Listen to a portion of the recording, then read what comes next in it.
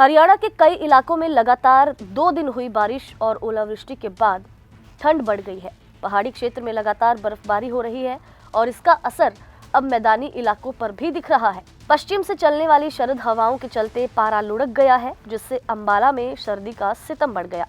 बारिश के बाद तापमान में लगातार गिरावट दर्ज की गई और बढ़ती ठंड ने लोगों का जनजीवन अस्त व्यस्त करके रख दिया। ठंड से बचने के लिए लोग जगह जगह पर अलाव का सहारा लेने के लिए मजबूर हैं, तो वहीं इस बढ़ती ठंड का असर लोगों के व्यापार पर भी पड़ रहा है। बता दें कि दिन के तापमान 16 डिग्री सेल्सियस से नीचे जाने की खबर सामने है। रात के तापमान में भी काफी गिरावट दर्ज की जा रही है। बारिश और पश्चिम से चल रही ठंडी हवाओं से आम जनजीवन पूरी तरह से अस्त व्यस्त है। हालांकि बारिश होने से अंबाला का जो AQI है उसमें काफी सुधार हुआ है। 112 AQI अंबाला का दर्ज किया गया और बढ़ती ठंड से बचने के लिए लोग आग ताप रहे हैं। तो वहीं हरियाणा सरकार ने ठंड को देखते हुए स्कूलों में 1 जनवरी से 15 जनवरी तक छुट्टियों की भी घोषणा की है। ठंड का असर अब लोगों के व्यापार पर भी पड़ने लगा, क्योंकि ठंड के कारण लोग बाजारों में नहीं आ रहे। लोगों का कहना है कि कई दिनों से सूरज नहीं निकला, जिसके कारण ये ठंड काफी बढ़ गई है। अभी पता नहीं कि ये मौसम और कितने दिन चलने वाला है और लोगों का कहना है कि ज्यादा जरूरत पड़ने पर ही वो लोग घरों से बाहर निकलेंगे।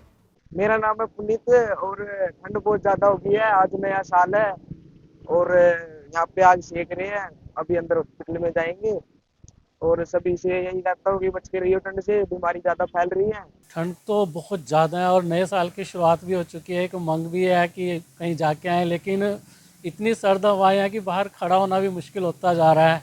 और लोग कोई हीटर जला के, कोई अलाव जला के ठंड से बचने के उपाय कर रहे हैं। और जो मौसम है, अब बिल्कुल भी धूप नज़र नहीं आ रही, बदल बने हुए हैं और ये भी नहीं पता कि ये मौसम कितना लंबा चलेगा। अब तो बस एक मोटे वस्त्रों का ही सहारा है कि ठंड से बचे रहें और अपने काम में बिजी रहें।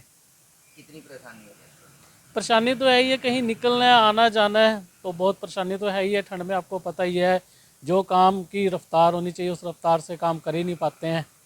ठंड का बहुत प्रभाव पड़ता है हमारे जीवन पे। मेरा नाम है पुनीत और ठंड बहुत ज्यादा हो गई है। आज नया साल है और यहाँ पे आग सेक रहे हैं।